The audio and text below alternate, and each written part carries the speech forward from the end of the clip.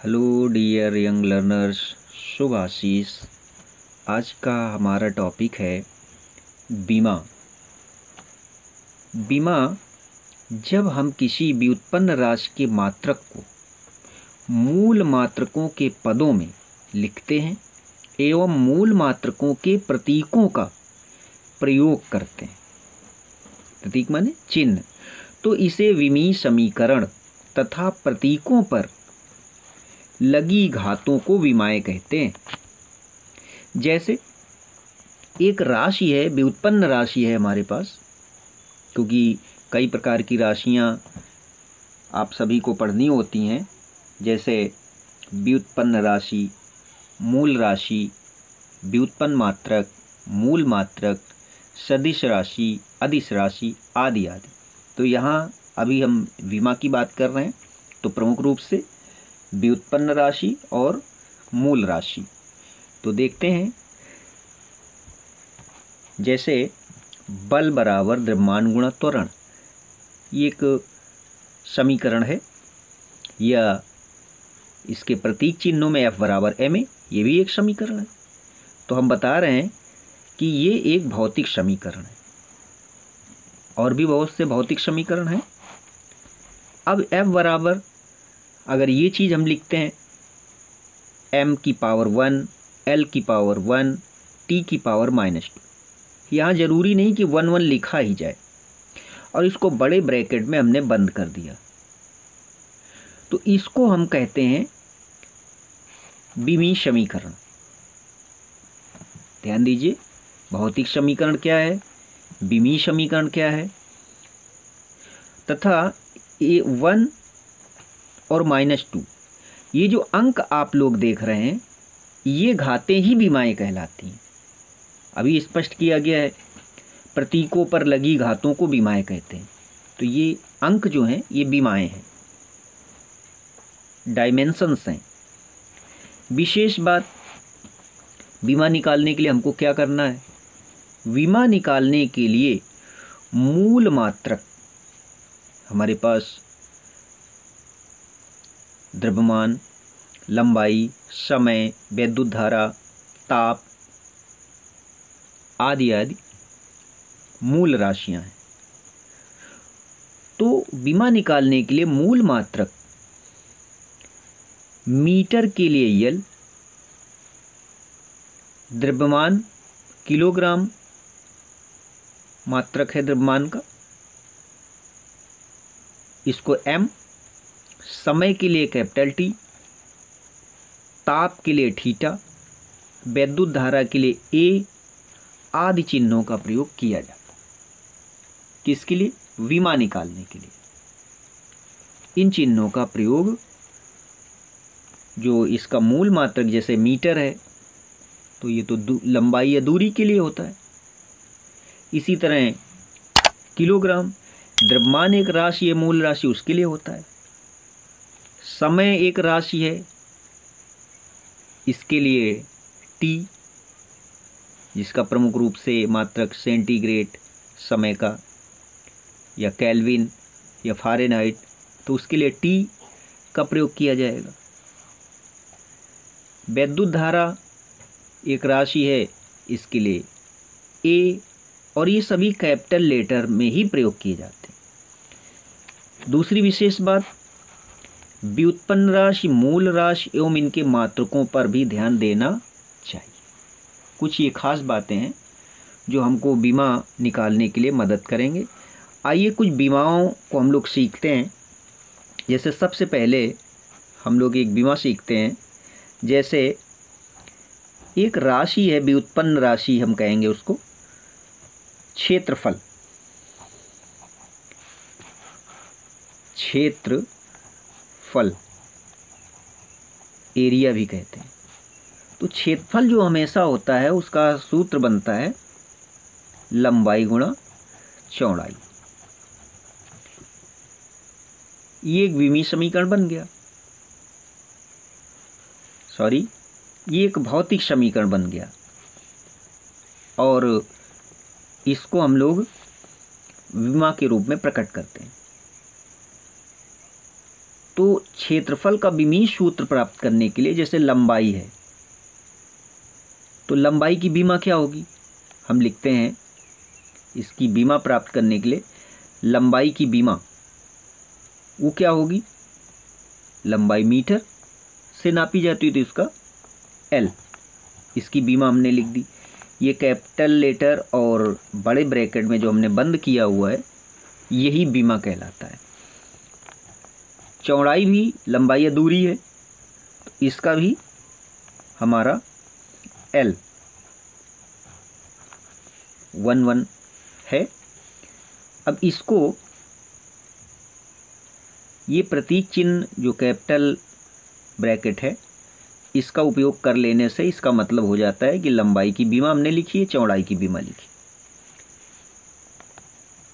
और इसको जब हम लोग कैलकुलेट करते हैं तो 1 और 1 गुणा में घातें जोड़ती हैं तो ये L² हो गया। यांत्रिकी में प्रमुख रूप से द्रव्यमान, लंबाई या दूरी और ताप, इन्हीं का उपयोग होता है। तो इसको हम ये भी लिख सकते हैं किस तरह से, m0 L2 और T0 ऐसे लिखते हैं। इसी तरह से ये एक विमा हो गई क्षेत्रफल की। इसी तरह से कुछ और विमाएं सीखते हैं। जैसे एक विमा हम निकालते हैं आयतन की। आयतन तो विमीय समीकरण, आयतन क्या होता है, लंबाई गुणा चौड़ाई और गुणा ऊंचाई, ये आयतन होता है। तो इसके लिए लंबाई या दूरी है, मीटर में नापते हैं तो इसकी विमा L1। इसी तरह से दूसरा, यहाँ पर चौड़ाई की विमा, इसका भी वही L। इसके बाद ऊंचाई, ये भी दूरी है, इसका भी L। ये सबकी हमने विमाएं लिख दी। इस तरह से इसको कैलकुलेट करने पर L3, इसको यांत्रिकी के रूप में m0 L3 और T भी कुछ नहीं है तो वो भी 0। तो डियर स्टूडेंट्स, यहाँ पर जो चीज़ समझनी है वो ये है कि सबसे पहले हमारे सामने एक समीकरण होता है और उस समीकरण को हम मूल मात्रक में सबसे पहले मूल राशि में प्रकट करते हैं, उसके बाद उसको मूल मात्रकों की जो विमाएं हैं उसमें लिख लेते हैं। यहाँ तो सीधा सीधा हम देख रहे हैं क्षेत्रफल में लंबाई चौड़ाई ये मूल राशि हैं, आयतन में भी यही हुआ। अब इसके अलावा कुछ और भी राशियों को पढ़ लिया जाए। वो कुछ राशियाँ इस तरह से हम लोग देखते हैं। अगली जो राशि है हमारे पास वो जैसे हो गया घनत्व। घनत्व ये एक राशि है जिसका समीकरण होता है द्रव्यमान बटे आयतन।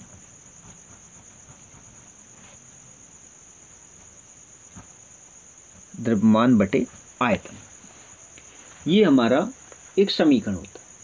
अभी कुछ समय पहले हमने द्रव्यमान की विमा का प्रतीक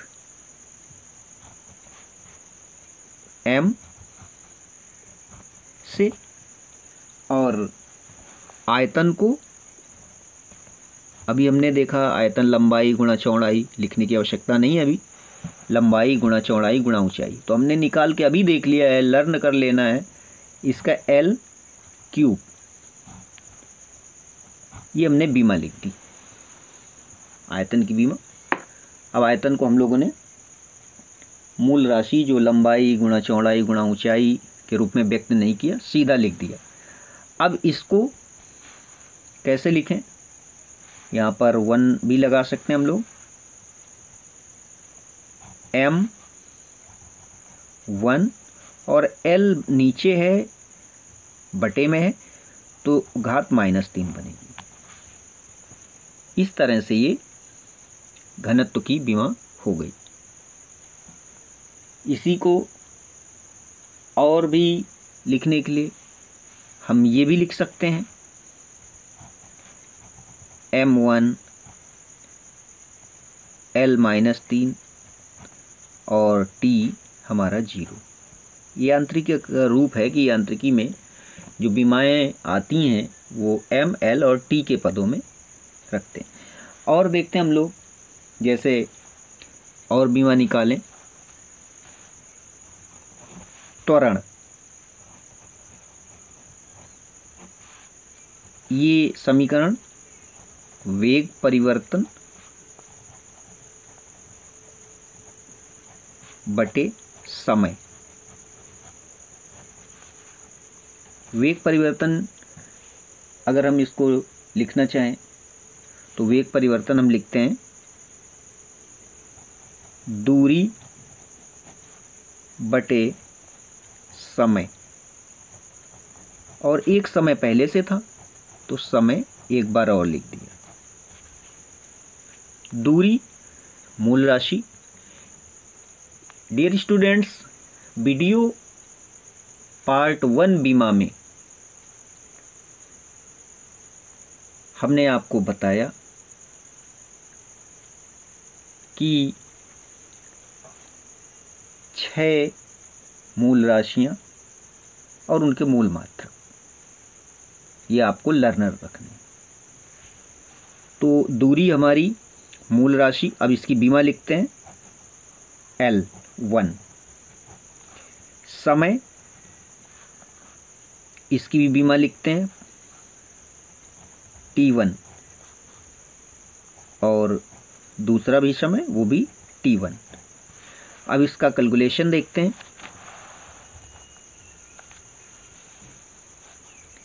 L1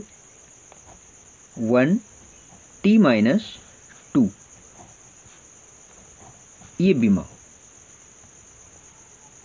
इसको आप इस रूप में भी लिख सकते हैं, M तो 0, L1 T-2। ऐसा इसलिए लिख रहे हैं क्योंकि बीमा के कुछ उपयोग भी होते हैं। सूत्र की सत्यता की जांच करना, सूत्र स्थापित करना, एक राशि से दूसरी राशि में चेंज करना आदि बीमा के उपयोग हैं। इनको भी हम लोगों को धीरे धीरे करके सीख लेना है। अभी बीमा के रूप में हम लोग चल रहे थे तो बीमा देखते हैं। अब एक राशि जैसे आ गई, आगे हम लोग बढ़ रहे हैं, जैसे शक्ति। शक्ति तो इसके लिए हमारा होता है कार्य बटे समय। इंग्लिश में कहेंगे तो P बराबर W/T। आप जैसा भी उचित समझें, प्रतीकों का भी प्रयोग कर सकते हैं, शब्दों का भी प्रयोग कर सकते हैं। तो हम लोग कार्य को कैसे लिखें, ये शक्ति व्युत्पन्न राशि है, इसको हम चेंज करते हैं। कार्य भी एक व्युत्पन्न राशि है। कार्य होता है बल गुणा विस्थापन, ये कार्य होता है। डियर स्टूडेंट, ध्यान दीजिएगा कैसे हम लोग व्युत्पन्न राशि को मूल राशि में परिवर्तित करते हैं। नीचे समय था, बटे में समय हो गया। अब बल को द्रव्यमान गुणा त्वरण कहते हैं, और गुणा विस्थापन है ही। डियर स्टूडेंट्स, यहीं पर ध्यान देने की ज़रूरत है। द्रव्यमान कार्य का क्या था? बल गुणा विस्थापन बटे समय। बल का क्या आया? द्रव्यमान गुणा त्वरण गुणा विस्थापन। अब इसी तरह से और आगे बढ़ते हैं। द्रव्यमान, यहाँ एक चीज़ छूट गई, सभी के बटे हमारा जो था वो समय था, लिख देते हैं हम, सबके बटे समय आ गया। द्रव्यमान त्वरण क्या होता है? वेग परिवर्तन। वेग परिवर्तन शॉर्ट में लिख देते हैं, वेग परिवर्तन बटे समय, और ये गुणा विस्थापन था, गुणा विस्थापन, और इस पर भी समय।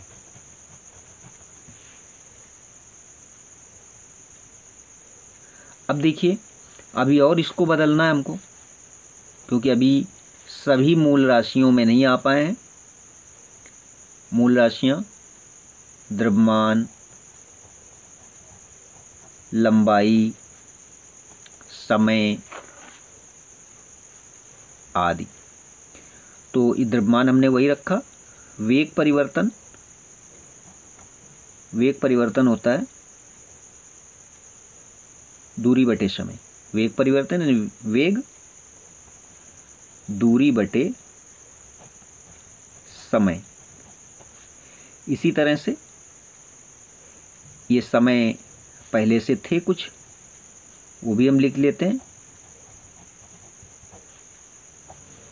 और ये विस्थापन ये भी लिखना है, और एक समय और। ये सब कहाँ से आ रहे हैं?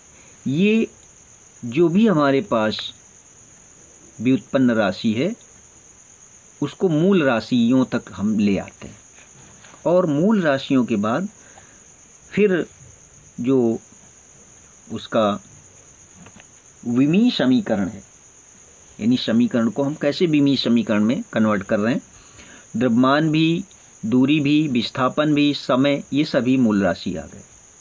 तो द्रव्यमान आप डियर स्टूडेंट्स अपनी पुस्तकों से और हमारे वीडियोस से जो भी नॉलेज है उसको मूल राशि, मूल मात्रक पता कर लें, लर्न कर लें। तो द्रव्यमान के लिए m, दूरी के लिए l,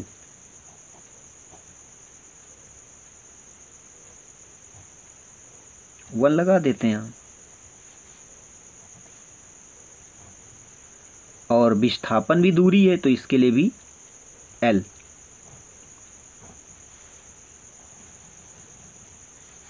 समय t1, फिर वही t1,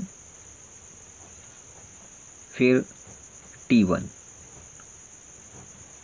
इस तरह से डियर स्टूडेंट इसको हम सॉल्व करते हैं, और आगे तो हमारा बनता है m1 l, ये दोनों मिलके 2, और नीचे ये एक साथ हो गए अभी, और नीचे t हमारे 3 हुए। अब इसको m1 l2 और t-3, ये हमारी शक्ति की हो गई विमा। m1 l2 t-3। तो डियर स्टूडेंट्स, इस तरह से हम लोग विमा निकालते हैं। आशा करते हैं कि आपको ये चीज़ समझ में आ गई होगी।